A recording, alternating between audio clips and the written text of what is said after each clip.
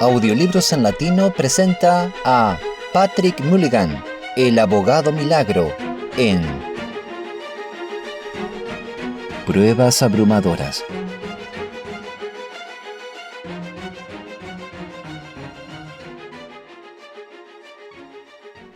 El abogado milagro tuvo varios casos interesantes de fraude que atender recientemente, pero ninguno, creo yo, tan sensacional como el que se conoció como el caso de la sucesión de los de Montgomery. Nombre curioso, ¿verdad? Proviene de Ombray, en Normandía, y la familia es una de las más antiguas del país, aunque sus miembros nunca se destacaron particularmente ni en la política ni en la vida social. Nunca obtuvieron un título nobiliario, ni tampoco lo buscaron. Puede suponerse que probablemente son demasiado orgullosos como para figurar en las listas de honores de hoy en día. Pero si revisas los registros de la Alta Edad Media, encontrarás algunos de Montgomery en cargos importantes, en su mayoría relacionados con la administración de condados. También ha habido varios obispos en la familia a lo largo de los siglos, y un almirante de Montgomery se distinguió notablemente en el siglo XVII durante las guerras contra los holandeses. Sin embargo, la historia familiar y las tradiciones de los de Montgomery no tienen nada que ver con el caso de sucesión que causó tanto revuelo hace un par de años y que le costó al heredero legítimo la mitad de su fortuna en gastos legales antes de que finalmente lograra establecer su derecho sobre las propiedades vinculadas en Mumbai, en Glamorganshire. De hecho, fue gracias a mi jefe, el señor Patrick Mulligan, que el actual hacendado debe el hecho de que él, y no el astuto aventurero que reclamaba esas tierras, haya permanecido en posesión de ellas. Pero fue literalmente por un pelo que ganó el caso, y nunca mi jefe se mereció tanto su apodo de el abogado milagro. Permítanme ahora recordarles cómo sucedió todo. El viejo Squire de Montgomery, que fue teniente general del ejército y sirvió con distinción en las guerras de Ashanti y Zulú, así como Nueva Zelanda, era un hombre maldito con un temperamento violento. Unos 30 años atrás se peleó con su hijo mayor, sin razón aparente, salvo que el joven había llevado una vida algo desenfrenada en la universidad y se había endeudado bastante, algo que no es muy raro entre los jóvenes. Pero de todos modos, el padre parece haber adoptado una actitud autoritaria frente a su hijo en este asunto, con el resultado de que el joven Arthur de Montgomery decidió marcharse y se fue de casa decidido a alcanzar su independencia, comenzando una nueva vida en alguna colonia. Embarcó en el Genoa rumbo a Sudáfrica. Llegó bien a Ciudad del Cabo, y según se cuenta, él y 2 o 3 jovenzuelos con quienes había hecho amistad durante el viaje se dedicaron a pintar la ciudad de rojo durante un mes. Se vieron envueltos en varios altercados con la policía. El joven de Montgomery incluso pasó algunos días en prisión. Poco después, sin embargo, surgió uno de esos rumores salvajes sobre un nuevo yacimiento de oro en el interior del país. Hubo una fiebre por reclamar terrenos, y en medio de esa locura, de alguna manera, se perdió todo rastro de Arthur de Montgomery. Algunos decían que había llegado a los nuevos campos y reclamado una concesión. Otros que había peleado con un socio y fue hallado un día en su choza con un cuchillo entre los omóplatos. Algunos creían que desapareció voluntariamente, otros que fue forzado. Nadie lo supo con certeza. De vez en cuando llegaban rumores a su antiguo hogar en Glamorganshire, que lo habían visto en distintas partes del mundo, en África, Argentina o China. En algún momento se dijo que había sido hallado hambriento en un albergue para indigentes en Nueva York, y en otro que era una estrella de cine famosa, dueño de una magnífica propiedad en Hollywood y que ganaba 1,000 libras por día. Pero como es natural, ninguno de esos rumores fue auténtico. Solo una cosa era segura. Arthur de Montgomery se había ido con todas las letras y, si seguía con vida, lo que por supuesto era más que dudoso, ya no tenía ningún deseo de regresar a su antiguo hogar. Su madre había muerto mientras tanto. Algunos decían que de pena. Había una hija única, Gertrude, quien se convirtió en una de las personalidades más desconcertantes y misteriosas de aquel caso tan notable. Era la mayor de la familia, y aproximadamente un año antes de que Arthur se fuera de casa, se había casado con su primo hermano Archibald de Montgomery. Desde el punto de vista familiar, este matrimonio fue sumamente desafortunado, ya que Archibald era considerado por todos sus parientes como un holgazán. En aquella época, los jóvenes de la alta sociedad aún no se habían volcado hacia el teatro como profesión. Los actores seguían siendo vistos, especialmente en la sociedad rural, como pícaros y vagabundos, y Archibald de Montgomery no era simplemente un actor que interpretaba obras de Shakespeare en el Lyceum, sino que además actuaba en espectáculos de music hall. Se pintaba la cara de negro, se enrojecía la punta de la nariz, usaba cejas postizas y un sombrero diminuto y cantaba canciones cómicas, o al menos eso decía la comarca, con las manos alzadas y los ojos puestos en el cielo en santo horror. Ni qué decir tiene que el viejo hacendado estaba furioso con ese matrimonio. También Arthur, que por entonces aún estaba en Oxford y no se había peleado con su padre, adoptó una actitud de gran desaprobación, lo cual pareció molestar a Gertrude mucho más profundamente que la oposición más autoritaria de su padre. De hecho, el hacendado prohibió que ese actor, como lo llamaba, pusiera un pie en la casa, ante lo cual Gertrude, sumamente indignada, declaró su intención de no volver a pisar jamás su hogar ancestral. En cuanto a Arthur, cuando le llegó el turno de pelearse con su padre, no encontró ni simpatía ni afecto en su hermana, y era de conocimiento general que, en realidad, fue Gertrude quien puso al tanto al padre de los excesos de Arthur, precipitando así la disputa. Sea como fuere, el viejo hacendado quedó efectivamente distanciado de sus dos hijos mayores. Solo el segundo hijo, Henry, permaneció fiel a su padre. Justo antes del estallido de la guerra, cuando ya no llegaban noticias, ni siquiera vagas o no confirmadas, sobre Arthur de Montgomery a Mumbai, Henry, ya un hombre que rondaba la mediana edad y mayor de un elegante regimiento de caballería, era visto naturalmente como el futuro hacendado. Se había casado con la hija de uno de los personajes importantes de la zona y tenía su propia familia joven. Vivían en Londres y solo visitaban Mumbai 2 veces al año por periodos breves. Luego vino la guerra. El mayor de Montgomery ascendió rápidamente al rango de teniente general. Se distinguió en varias ocasiones, fue mencionado en despachos oficiales y se retiró del servicio activo poco después del armisticio, con un título superior. El hacendado, ya anciano, seguía viviendo en su magnífica casa, en una especie de espléndida soledad. Se decía que su carácter no había mejorado con los años, pero aún así era muy respetado por la forma tan digna en que mantenía las antiguas tradiciones del condado, generosidad hacia sus arrendatarios, asistencia regular a la iglesia y generosas donaciones a los deportes y obras de caridad locales. Parecía que, en cierta medida, había perdonado a su hija Gertrude. La señora de Archibald de Montgomery no cumplió su palabra de no volver jamás a visitar Mumbai. Hizo mucho más que pisarlo. Pasó no solo semanas y meses, sino algunos años bajo el techo paterno. Según ella, su marido no lo había hecho tan mal. Había tenido varios contratos importantes en América y Australia, y fue mientras él se encontraba en el extranjero cumpliendo esos compromisos que Gertrude empezó a pasar cada vez más tiempo con su padre. Fue su hermano Henry, siempre amable y afectuoso, quien originalmente facilitó la reconciliación. Pero Archibald de Montgomery se mostró más rencoroso y hasta el final se negó a tener trato alguno con su suegro, que además era su tío, y ciertamente jamás volvió a pisar Mumbai desde el día de su boda hasta el de su muerte, unos 30 años. Parece que de vez en cuando visitaba Inglaterra, pero nunca venía a Gloucestershire. En esas ocasiones, su esposa lo encontraba en Londres. Durante la guerra, al parecer, permaneció en Estados Unidos, donde, según se decía, había ganado cierta reputación en el mundo del cine. Al menos eso afirmaba su esposa, lo cual, por supuesto, era otra razón por la cual el orgulloso y viejo hacendado de Mumbai nunca aceptó a su yerno como caballero ni como su igual.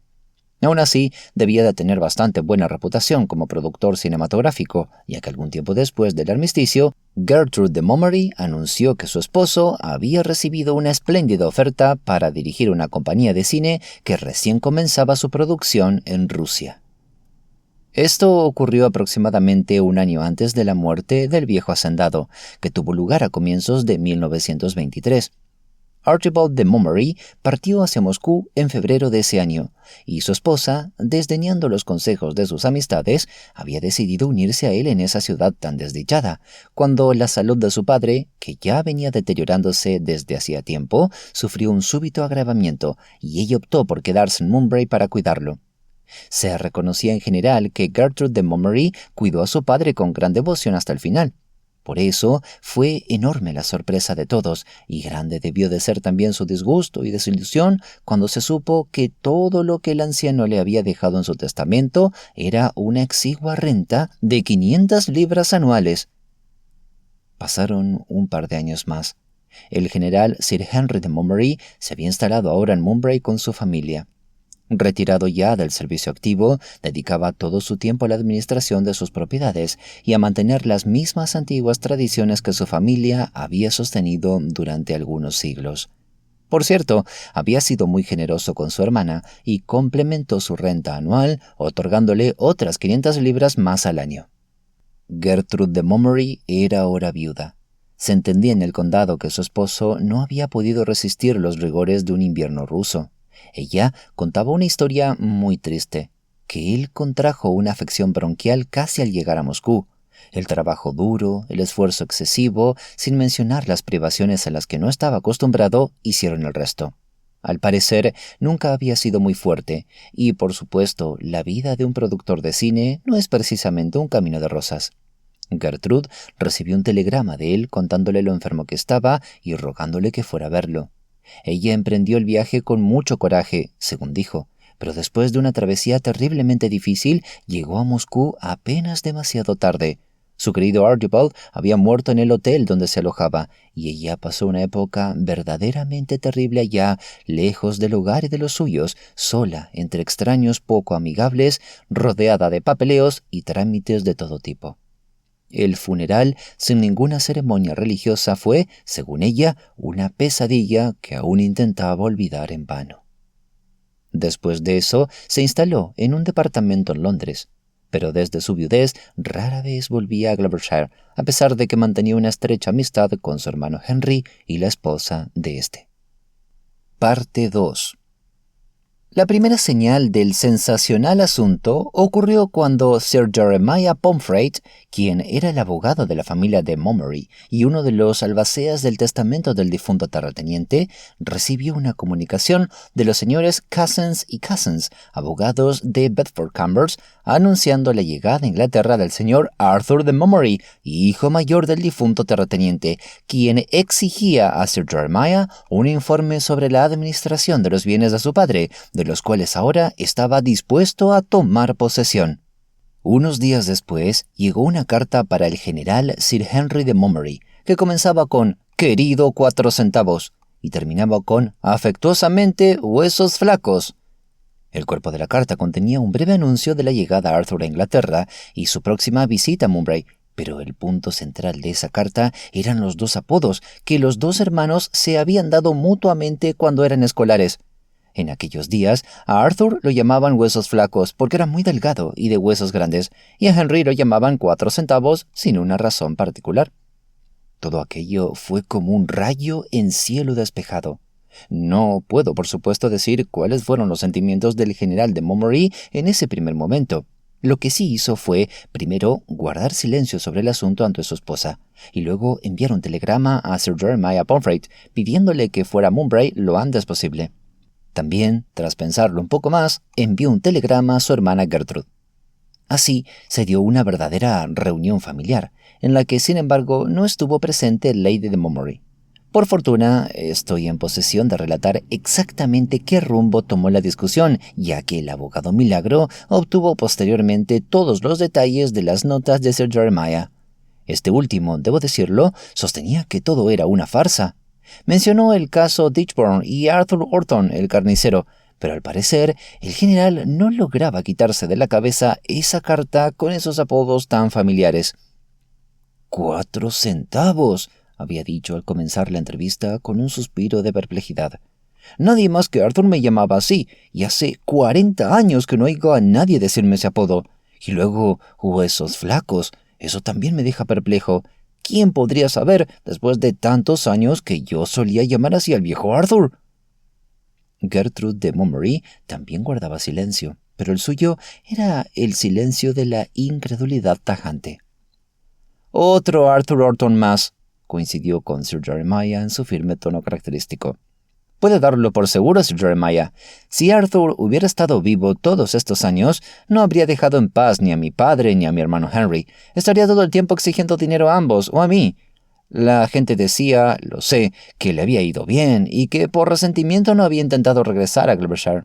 Pero no me lo creo. Arthur no era de los que triunfan, y me inclino mucho más a creer la versión de que terminó sus días en un albergue de indigentes en Nueva York.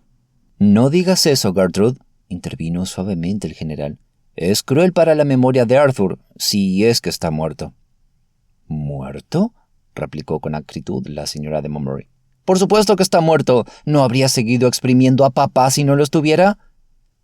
Pero, argumentó el general con un gesto de desconcierto, Arthur nunca exprimió a papá, como tú dices, desde que se fue de casa. No durante los primeros años, Gertrude aceptó, pero después sí lo hizo. Nunca oí que lo hiciera, replicó firmemente el general. Creo que papá me lo habría dicho si hubiese recibido noticias del pobre Arthur. Aparentemente no lo hizo, pero sé con certeza que Arthur sí escribió a papá, y como papá no respondió a sus pedidos de dinero, entonces me escribió a mí e intentó aprovecharse de mí. ¿Cómo dices? ¿Arthur intentó aprovecharse de ti? ¿Cómo? ¿Cuándo? Gertrude de Montgomery no respondió de inmediato. Se quedó con los labios apretados y la mirada fija y escrutadora en su hermano. Sir Jeremiah Pomfret anotó en sus notas que en ese momento ella le dio la impresión de que medio se arrepentía de lo que había dicho y estaba tratando de decidir si hablar con mayor franqueza o atrincherarse detrás de una barrera de silencio. Por fin dijo: Arthur me escribió en 2 o 3 ocasiones, la última justo antes de la guerra. El contenido de sus cartas siempre era el mismo, que estaba en la ruina, que había pedido ayuda a papá, pero no había recibido respuesta. Me suplicaba que hiciera algo por él. ¿Y tú?, preguntó el general. ¿Lo hiciste? Sí, respondió Gertrude. Lo hice. ¿Nunca me dijiste nada al respecto? Pensé que lo sabías. ¿Cómo ibas a saberlo? Creí que papá te lo había contado. De nuevo se hizo el silencio en el majestuoso salón donde se celebraba aquella extraña reunión familiar. La señora de Montgomery sin duda empezaba a sentir que su actitud con respecto al supuesto hermano fallecido había despertado, tanto en Sir Henry como en el abogado de la familia, cierto grado de desconfianza, por no decir antagonismo, hacia ella. ¿Ha conservado alguna de esas cartas de las que habla, señora de Montgomery?, preguntó Sir Jeremiah después de 1 o 2 momentos. No estoy segura de todas, respondió Gertrude, pero sé que puedo poner las manos sobre la última. ¿Cuándo fue escrita? Justo después del estallido de la guerra. ¿Tan recientemente como eso?, intervino Sir Henry con un tono casi de horror a su vez y en la mirada que dirigió a su hermana. ¡Santo cielo! ¡Deberías habérmelo dicho, Gertrude!, añadió indignado. Pensé que lo sabías, repitió Gertrude tercamente. Un momento, por favor, intervino ahora Sir Jeremiah con calma. Tengamos todos estos hechos correctamente. Se giró y encaró a la señora de Montgomery directamente. «¿Usted recibió una carta, dice?» le preguntó. «¿De su hermano Arthur poco después del estallido de la guerra?» «Sí, así es», respondió ella con frialdad. «¿Desde dónde?» «Desde Edmond, Alberta. Debía enviar la respuesta a nombre de las tiendas nacionales canadienses allí. Arthur me dijo que había estado trabajando en una granja de Alberta durante los últimos 2 años, que pensaba unirse a la Fuerza Expedicionaria Canadiense, pero que no había logrado ahorrar ni un centavo y quería algo de dinero para comprarse algunas cosas necesarias. También me dijo en la carta que había escrito a papá, pero no había recibido ninguna respuesta, así que suponía que el viejo seguía siendo tan terco e irreconciliable como siempre». «Eso es falso», interrumpió el general con vehemencia. «No creo que papá haya recibido las cartas. Se las ocultaron». Ahora fulminaba a su hermana con la mirada en abierta hostilidad, y Sir Jeremiah tuvo que intervenir rápidamente antes de que se dijeran palabras más fatales. «Un momento, Sir Henry», rogó, y luego se volvió una vez más hacia Gertrude de Montgomery. «Ahora bien, señora de Montgomery», dijo, «¿dice usted que aún tiene la carta en cuestión?» «Sí», respondió. «La tengo». «¿Y qué hay de la letra? Sin tener la otra carta delante, ¿diría que la que Sir Henry recibió ayer fue escrita por su hermano Arthur?» Y Sir Jeremiah colocó ante la señora de Montgomery la fatídica carta que comenzaba con Querido 4 centavos. Frunciendo el ceño, el rostro pálido, los labios apretados una vez más, ella la examinó cuidadosamente. Nada, dijo secamente, y por supuesto de manera irrelevante, me convencerá de que esta carta fue escrita por Arthur.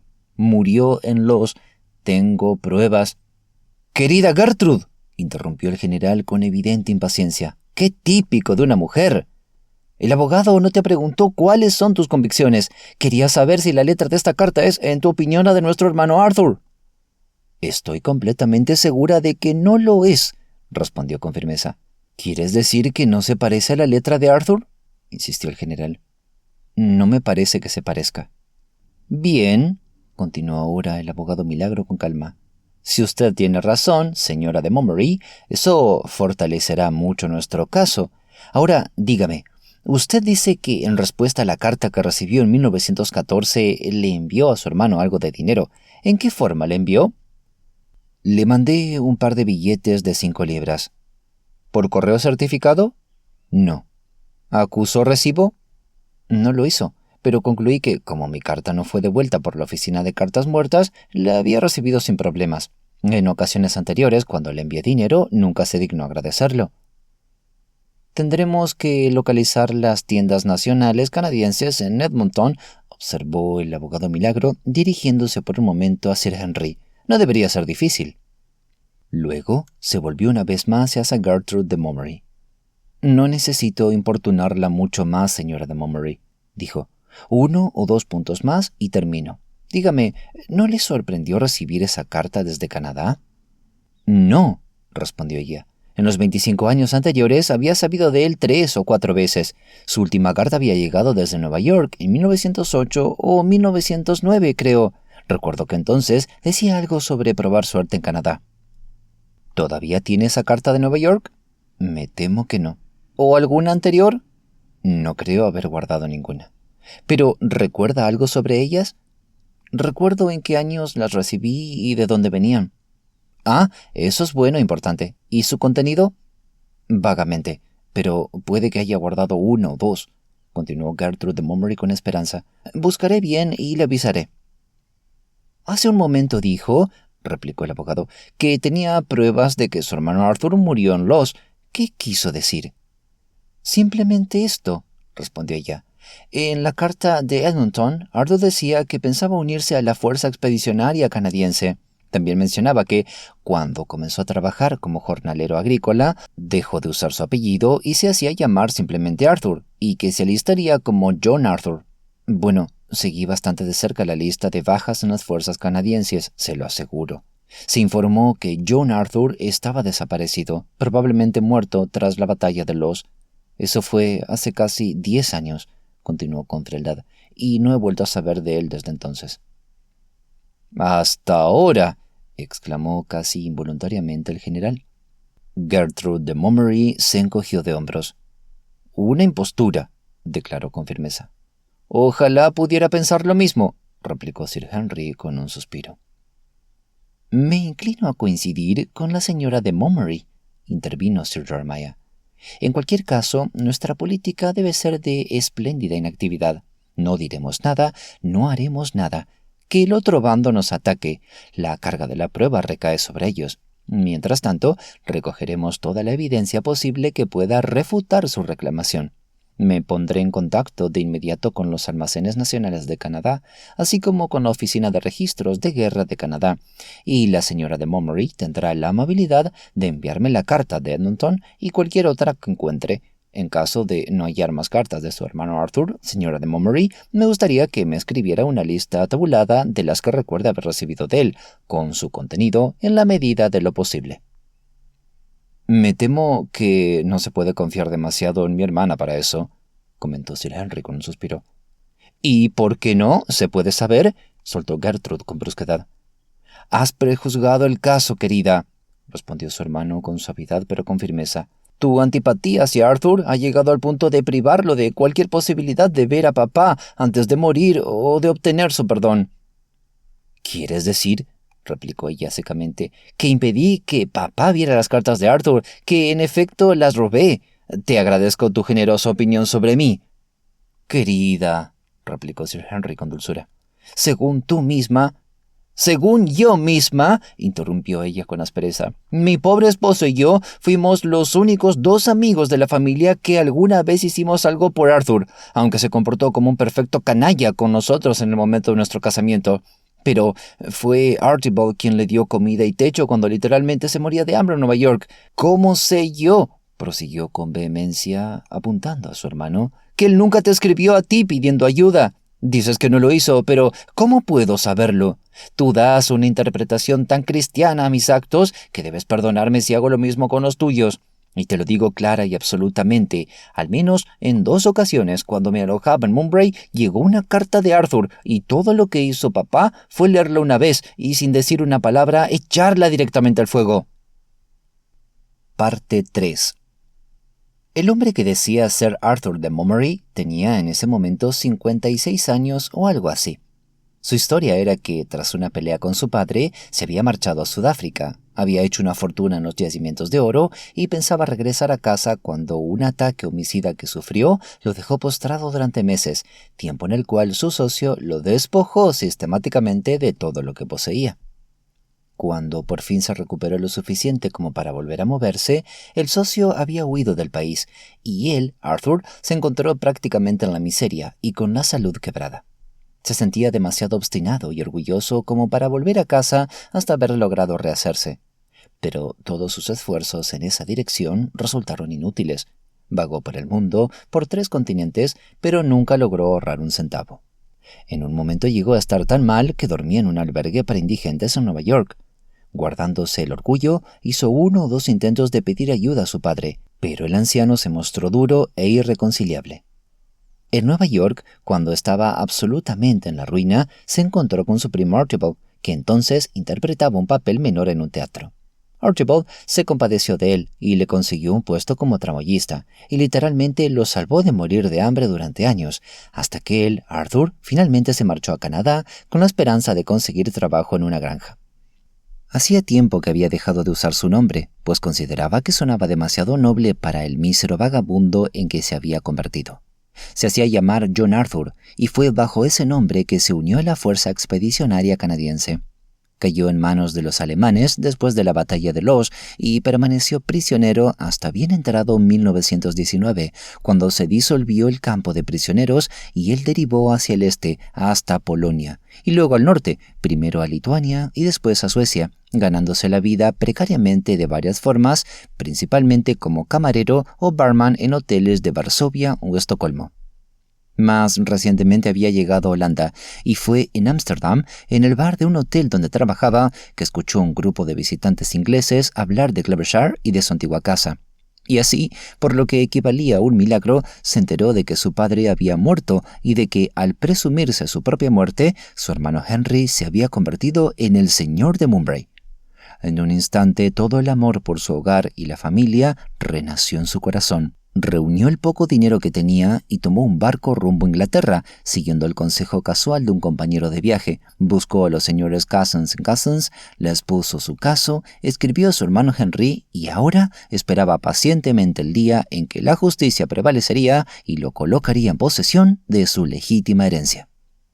La simpatía del público, una vez conocida toda la historia, fue casi unánime a favor del reclamante. Todo el asunto era romántico y apelaba a la imaginación popular. Por otro lado, el general Sir Henry de Montgomery también contaba con su cuota de simpatía y sobre todo de respeto. Se estaba comportando en todo momento como un caballero de altos principios. Siguiendo el consejo de su abogado, permanecía en posesión de las propiedades, pero era evidente que esa era solo una actitud oficial. Su postura privada era, también evidentemente, un deseo apasionado de que se hiciera justicia. Desde el principio creyó en el reclamante, y de no ser por el severo consejo de Sir Jeremiah, lo habría recibido con los brazos abiertos como a su hermano perdido hacía tanto tiempo, y le habría entregado Mumbai sin necesidad de intervención judicial. No podía olvidar esa carta con los 2 apodos. Nadie que estuviera vivo ahora, argumentaba, excepto su hermana Gertrude, podía conocer esos nombres.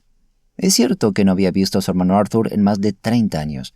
Él mismo era un escolar de 16 años en Wellington College cuando ocurrió la pelea entre padre e hijo, pero tenía una vieja foto de Arthur cuando éste era un niño en Eton y un retrato de Owles B.A. de su madre con sus 3 hijos, que entonces tenían 13, 11 y 3 años respectivamente.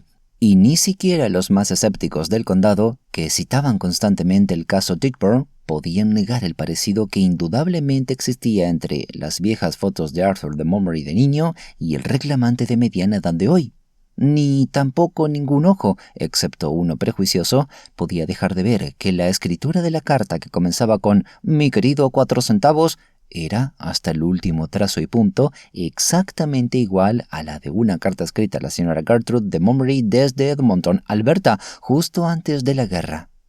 De hecho, en la acción judicial en la Cancillería iniciada por el reclamante para recuperar su legítima herencia, Sir Jeremiah Pomfrey y los eminentes abogados contratados en nombre de Sir Henry de Montgomery se enfrentaron a problemas muy difíciles de resolver, tan difíciles que fracasaron en el intento. El juicio duró 14 días, 2 de los cuales se ocuparon en el resumen del juez. Hubo una impresionante lista de testigos, algunos de los cuales juraban positivamente que el reclamante era Arthur de Montgomery, mientras que otros afirmaban con igual certeza que no lo era. La testigo más importante de la defensa fue la señora Gertrude de Montgomery. Su actitud era de hostilidad total hacia el reclamante. Negó bajo juramento que fuera su hermano. Se negó a ver la más mínima semejanza entre él y su hermano Arthur, o entre la escritura de la carta de Edmonton y la del reclamante actual. Pero hubo ciertos puntos que ni siquiera ella pudo negar ni explicar. Debo decirte que ella había presentado una declaración jurada con la que, según dijo, o mejor dicho, esperaba que toda la estructura de la historia del reclamante se viniera abajo. Incapaz de presentar ninguna carta salvo la última, que afirmó haber recibido de su hermano Arthur antes de la guerra, dio detalles sobre las cartas perdidas, la fecha aproximada, el lugar de origen y su contenido. Ahora bien, el demandante, por su parte, había presentado una declaración jurada afirmando que había escrito a su padre y a su hermana en distintas ocasiones durante los 25 años previos a la guerra. También proporcionó las fechas aproximadas de esas cartas, describió su contenido y nombró los lugares desde donde fueron enviadas. Aquellas que, según dijo, había enviado a su padre no podían, por supuesto, ser comprobadas. Pero en lo que respecta a las otras, sus declaraciones coincidían punto por punto con las hechas por la señora Gertrude de Montgomery. Tuvo que enfrentar una dura prueba en el estrado de los testigos, que duró casi 6 horas de principio a fin. Sir Marwood Ilcott, el eminente abogado de la defensa, lo sometió a un contrainterrogatorio durante la mayor parte de ese tiempo. Con la ayuda de un generoso gasto de dinero, tiempo e ingenio, la defensa había construido una teoría según la cual el demandante era en realidad un hombre llamado John Arthur, quien había vagado por el mundo y en algún momento se había hecho amigo de Arthur de Montgomery, de quien habría aprendido diversos detalles sobre su vida pasada y los eventos ocurridos en Montgomery. Para probar esta teoría, se presentaron 2 testigos traídos desde Canadá. 2 hombres que habían conocido y trabajado con un tal John Arthur en una granja en Alberta. Lo habían perdido de vista al estallar la guerra, pero se les dijo que se había alistado en la fuerza expedicionaria. No sabían nada de su situación en Inglaterra, pero siempre habían entendido que era un caballero y que tenía conexiones adineradas. Por supuesto, todo esto estaba muy bien hasta cierto punto. Los registros militares de la Fuerza Expedicionaria Canadiense también afirmaban que ese mismo John Arthur, a pesar de su edad, había logrado alistarse en la Segunda División y que fue reportado como desaparecido tras la batalla de Loos. Pero toda esa teoría se vino abajo durante el interrogatorio y el contrainterrogatorio del demandante, cuya memoria de eventos pasados e incidentes ocurridos no solo en Montgomery, sino también durante sus años escolares en Eton y su vida universitaria en Oxford era sencillamente prodigiosa. Ninguna tercera persona podría haber tenido un conocimiento tan íntimo, a menos que se supusiera que Arthur de Montgomery, años y años atrás, había decidido que cierto John Arthur lo suplantaría algún día para reclamar su herencia y que deliberadamente lo había adoctrinado en todos esos detalles con un propósito premeditado. Esa, por supuesto, era una teoría insostenible. Por otro lado, Sir Henry de Montgomery, por un sentido de justicia, y su hermana, por despecho, habían instruido a sus abogados respecto a todos esos numerosos pequeños detalles que, según ellos, nadie vivo excepto ellos mismos o su hermano Arthur podrían conocer. Pero ni siquiera una sola vez se encontró que el demandante se equivocara en algún hecho esencial. De hecho, es seguro afirmar que fue el propio demandante quien ganó su caso en el estrado de los testigos. Se dictó sentencia a su favor entre vítores rápidamente acallados del público, y al final, cuando se vio a Sir Henry de Montgomery caminando hacia su automóvil con el brazo entrelazado con el de su recién reencontrado hermano, un entusiasta aplauso lo saludó desde la multitud que esperaba fuera de los tribunales, y algunos jóvenes comenzaron a cantar «porque es un buen compañero». Y cuando Gertrude de Montgomery apareció poco después, fue recibida con más de un sonoro «¡Bú!». Parte 4. Ahora, el último acto de ese curioso drama comenzó con la muerte de Sir Jeremiah Pomfret. Ocurrió menos de 6 meses después de que el reclamante se hubiera instalado en Mumbai y hubiera sido recibido con entusiasmo por toda la región. Sir Henry de Montgomery se había quedado un tiempo con su supuesto hermano para ayudarlo con la administración de la finca y presentarlo a sus arrendatarios y empleados. Lady de Montgomery se había instalado nuevamente en Londres con sus hijos. Había alquilado una casa en Park Street y el general tenía la intención de unirse a ella allí en breve. Independientemente de las propiedades heredadas, su padre, el viejo terrateniente, le había dejado personalmente una suma considerable de dinero como fideicomiso para sus hijos menores. Lady de Montgomery, además, tenía una pequeña fortuna propia y, por supuesto, él contaba con su pensión, así que la familia seguía estando bastante bien económicamente, aunque no lo suficiente como para que Sir Henry pudiera seguir dándole a su hermana Gertrude 500 libras al año. Sin embargo, era un hombre tan bondadoso que estoy seguro de que hizo todo lo que pudo en ese sentido. Quedó muy afectado por la muerte de Sir Jeremiah Pomfret, quien había sido amigo de su familia durante tantos años. Poco imaginaba, cuando asistió como uno de los dolientes principales al funeral, que ese suceso sería el medio indirecto para devolverle su patrimonio usurpado. Fue más o menos en la misma época en que el desafortunado capitán Stegand escapó por muy poco de ser condenado por robo con allanamiento, gracias al valor y la astucia ejercidos en su favor por mi jefe, y el nombre del abogado Milagro estaba en boca de todos. Por lo tanto, ni él ni yo nos sorprendimos cuando, en una hermosa mañana de julio, una encantadora dama, vestida con exquisito gusto, llegó a nuestra polvorienta y anticuada oficina y envió su tarjeta «Lady de Montgomery» para mi jefe. Ella había venido, le dijo el abogado en cuanto quedaron a solas, yo detrás del tapiz como de costumbre, totalmente por impulso. Había conocido al capitán Stegand en sociedad, le había caído bien y había admirado la forma maravillosa en que se había logrado su reivindicación y el castigo de los verdaderos culpables. El abogado, con aire bondadoso y tímido, se sentó ante ella con la vista baja y los labios fruncidos, luciendo muy distinto al osado hombre de acción capaz de llevar a cualquier delincuente ante la justicia. Desde mi punto de observación, pude ver cómo una leve expresión de desconcierto y decepción cruzaba la frente de la dama mientras contemplaba en silencio por un momento a ese irlandés gordito y afable, en cuyas manos había decidido poner el destino y la fortuna de su familia. Y de pronto, él alzó la vista y le dio una sola mirada alentadora. Conozco esa mirada. ¿Cuántas veces no habrá sacado a una pobre alma afligida de las profundidades de la desesperación para darle un primer atisbo de esperanza? Lady de Montgomery era una mujer de mediana edad, extraordinariamente bella y elegante, pero incluso su belleza pareció rejuvenecer tras recibir esa mirada que infundía esperanza.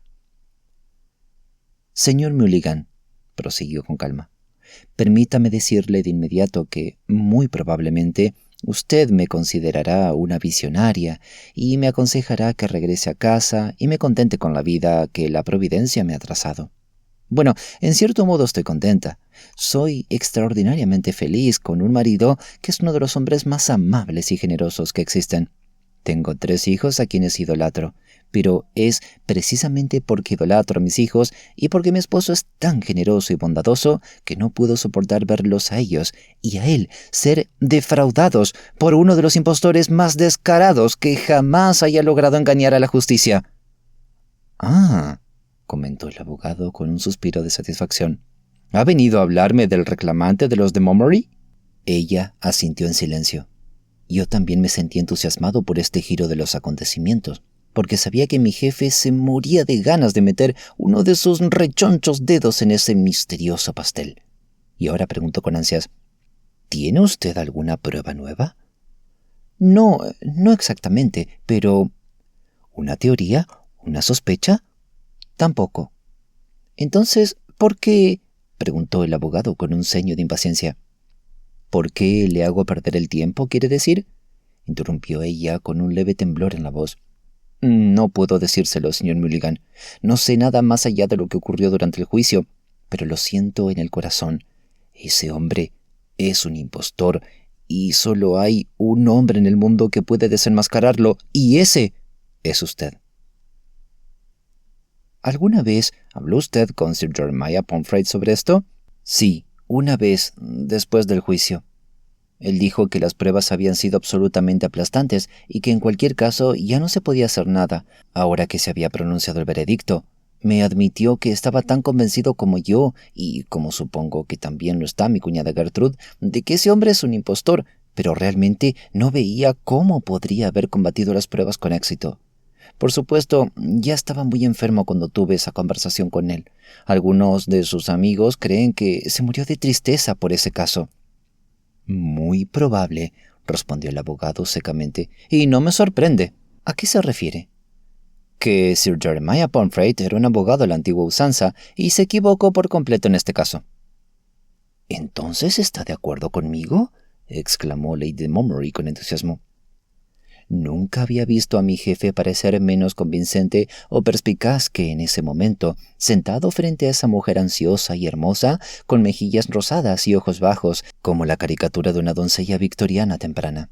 Su traje negro de paño, ancho y mal ajustado, su cabeza calva, el cuello desabrochado y la corbata gastada, la novela francesa que asomaba del bolsillo de su chaqueta, todo contribuía a completar la imagen de dejadez y distracción que mostraba.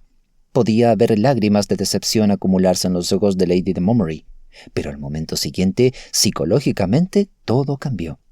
Lady de Montgomery sonrió y una expresión de esperanza y confianza iluminó su rostro hermoso.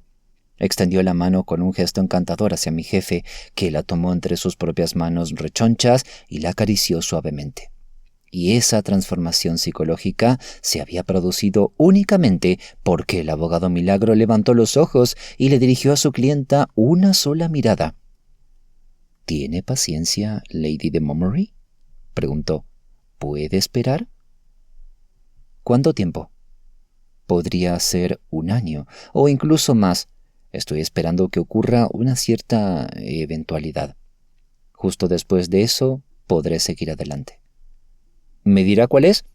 Ni hablar, respondió con una sonrisa. ¿Y si no ocurre? Ocurrirá. Le doy mi palabra. Parte 5.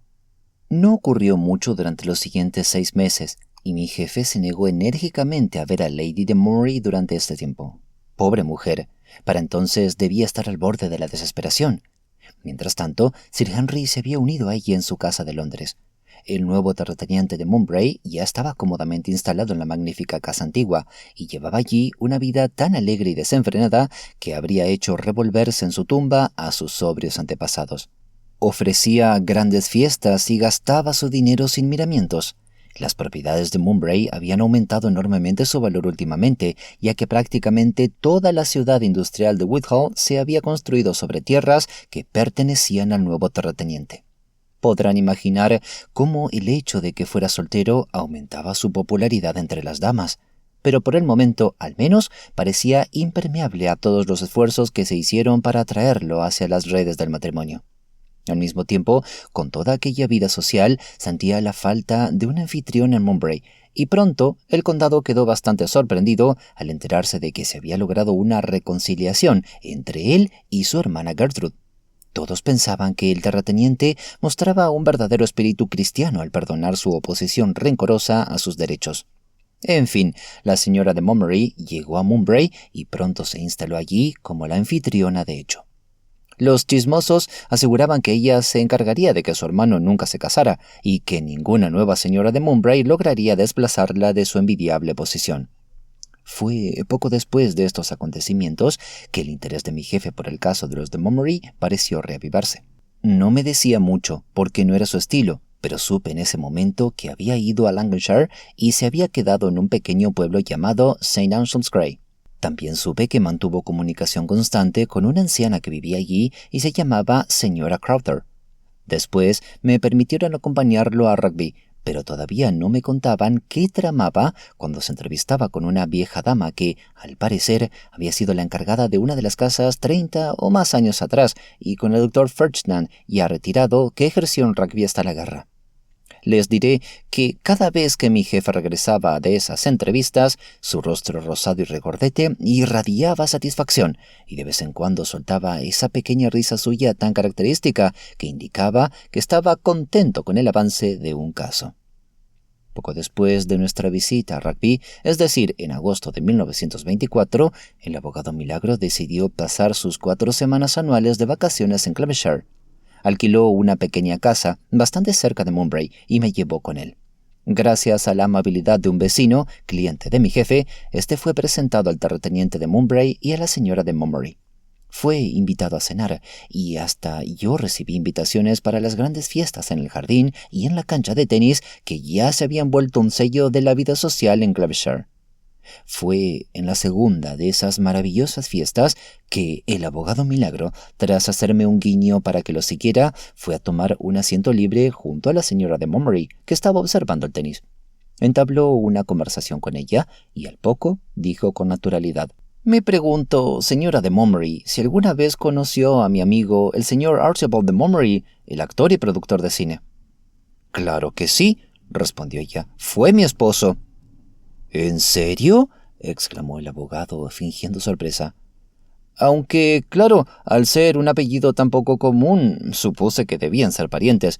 Pero su esposo, ¿por qué no me dijo que estaba casada?». «¿No?», replicó ella con frialdad. Luego añadió, después de un segundo: «¿Dónde conoció a mi esposo, señor Milligan?».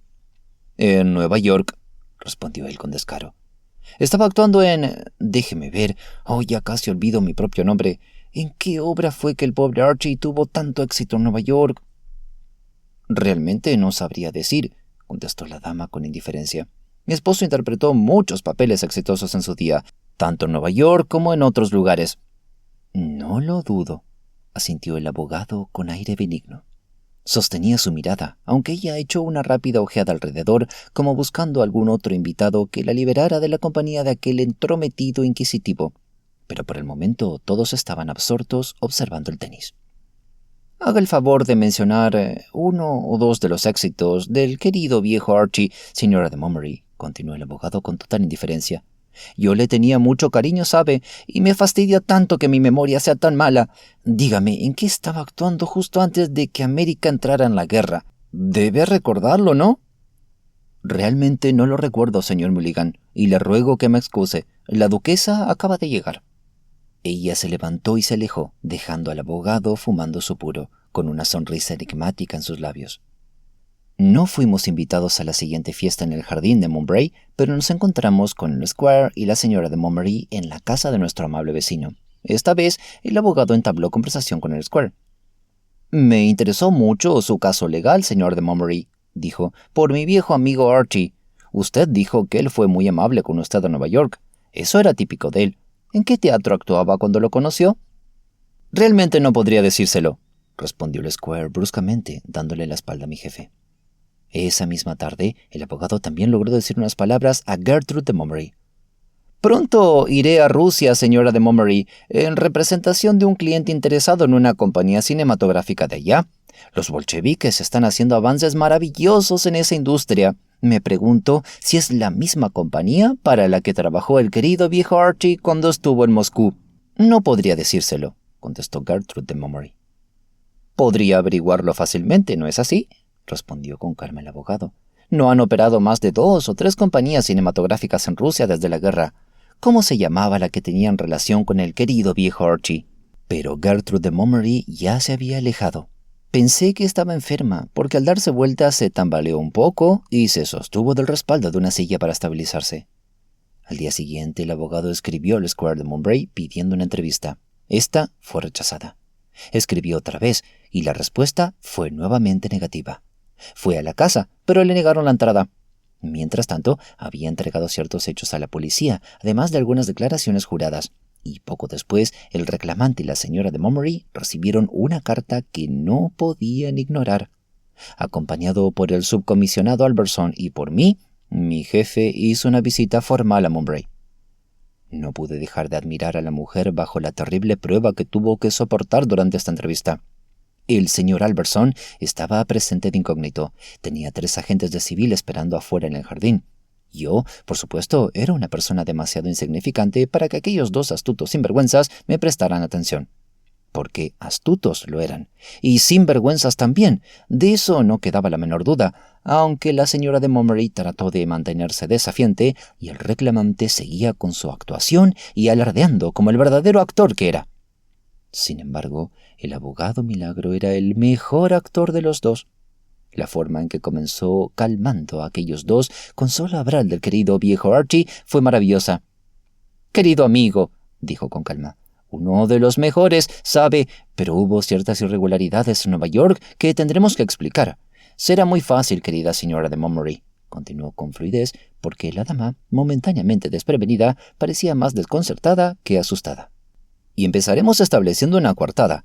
El viejo querido Archie fue a Rusia, según entiendo en 1920, bajo contrato con una compañía cinematográfica.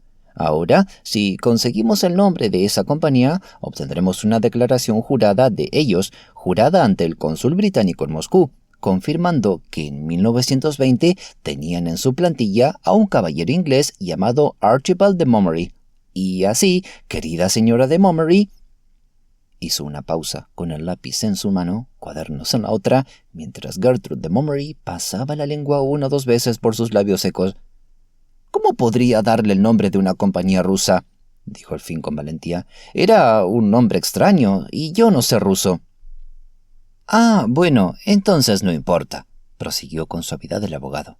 «Debemos encontrar otros medios para refutar los escandalosos rumores que dicen que el pobre viejo Archie nunca fue un actor exitoso en Nueva York, ni productor de cine en ningún lado, que tras deambular por varias grandes ciudades de Estados Unidos se fue a Canadá y bajo el nombre de John Arthur trabajó en una granja en Alberta, se enlistó en la fuerza expedicionaria, cayó prisionero de los alemanes tras la batalla de Loos y luego de muchas vicisitudes volvió a Inglaterra. ¿Cree usted, querida señora de Montgomery, que esas lenguas malintencionadas realmente dicen que el querido viejo Archie nunca fue a Rusia y por tanto no murió allí, sino que está muy vivo en este momento, sentado frente a mí, como el popular Squire de Montgomery? Él estaba sentado, benigno y tranquilo, con las manos recordetas juntos sobre la mesa, los ojos pequeños observando el juego de emociones en el rostro de aquellos 2 sinvergüenzas. Por fuera parecían aún desaforados y audaces, pero para mí se veían como 2 desafortunados que, encontrándose de repente al borde de un precipicio, miraron abajo y sintieron vértigo. «Por supuesto que todo eso es un montón de mentiras», comenzó el reclamante con voz alta y autoritaria. «Por supuesto que sí, mi querido señor», asintió el abogado con calma. «¿No dije que lo refutaríamos todo? Voy a Moscú yo mismo la semana que viene para desafiar a los bolcheviques y averiguar todo lo que pueda sobre esa compañía cinematográfica que le costó la vida al pobre Archie». «Le costará la suya si no tiene cuidado», dijo Gertrude de Montgomery con despecho. «Oh, me cuidaré, querida dama», continuó mi jefe sonriendo benignamente. «La semana pasada, cuando fui a Loamshire a ver a la querida señora Crowther», se detuvo abruptamente y luego preguntó con fingida preocupación, «¿No se siente bien, señor de Montgomery? ¿Quiere que llame a alguien?» Aún así, ella era maravillosa, y aunque su rostro tenía el color de las cenizas, dijo con firmeza, «Estoy muy bien, gracias. Continúe, por favor». Decía que la querida señora Crowther fue muy amable conmigo y muy habladora. Usted sabe que ella fue la enfermera de su difunto esposo y me contó sobre aquella terrible quemadura en su brazo izquierdo que tuvo cuando era escolar en rugby jugando con fuegos artificiales. Dejó una cicatriz terrible desde la muñeca hasta el codo. ¿Está segura de que no está enferma, señora de Montgomery? Déjeme traerle algo, un vaso de agua o un poco de brandy. Estoy seguro de que está enferma. ¡Ahora basta!, interrumpió de repente el señor Alberson, cuando el reclamante, o más bien Archibald de Montgomery, como sin duda era, se levantó de repente y trató de agarrar al abogado por el cuello. El señor Alberson, rápido y fuerte, pronto lo dominó y luego hizo sonar su silbato, momento en que los agentes de civil entraron a la habitación por las altas ventanas francesas. El señor Alberson sacó de su bolsillo la orden de arresto que tenía contra Archibald y Gertrude de Montgomery por cargos de conspiración y fraude. Ambos se fueron tranquilamente. Creo que estaban completamente aturdidos por este súbito derrumbe del edificio de mentiras que habían construido con tanto cuidado. Su juicio por el doble cargo no duró ni la mitad que el caso original en la Corte de Cancillería. Algunas pruebas que finalmente los llevaron a la justicia fueron absolutamente asombrosas. En mi opinión, la mujer fue la más destacada de los dos. La forma en que no solo planeó el fraude durante años, sino que finalmente lo ejecutó, fue sencillamente impresionante.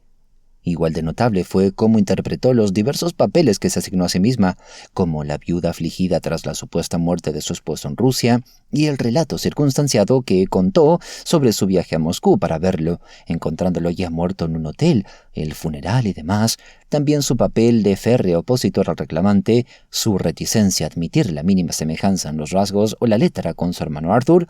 Todo eso estuvo tan bien hecho que merecería una causa mejor. Inmediatamente después del juicio en el Tribunal Penal Central, Sir Henry y Lady de Montgomery tuvieron una entrevista con mi jefe en una sala privada. Naturalmente querían saber, ahora que ya no había duda sobre la culpabilidad de Montgomery y su esposa, qué llevó al abogado a sospechar de ellos. El caso de ese sinvergüenza en la Cancillería era tan abrumadoramente a su favor, argumentaron. Fue precisamente porque era tan abrumador, respondió mi jefe, que dirigí mi atención al único miembro de la familia que no fue mencionado ni una vez durante todo el caso. Estaba muerto y punto final.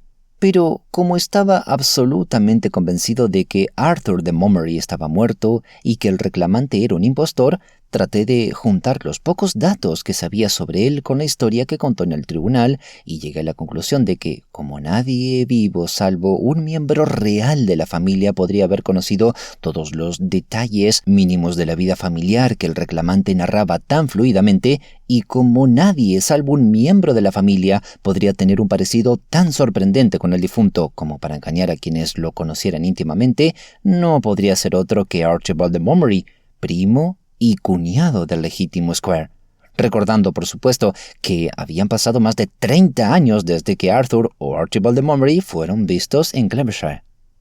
Así que me puse a rastrear la vida temprana y la historia familiar de Archibald. Ese tipo de cosas es, por supuesto, pan comido una vez que se tiene el hilo en la mano. Fue solo porque todos, incluido Jeremiah Pomfret, estaban tan convencidos de que Archibald de Montgomery había muerto en Rusia que nadie pensó en seguir sus huellas. Ha sido un caso divertido, concluyó. Por favor, no me den las gracias. Soy yo quien debe agradecerles por permitirme meter la mano en el asunto. Si te gustó esta historia, por favor déjanos un comentario y un me gusta. Un abrazo, Nat.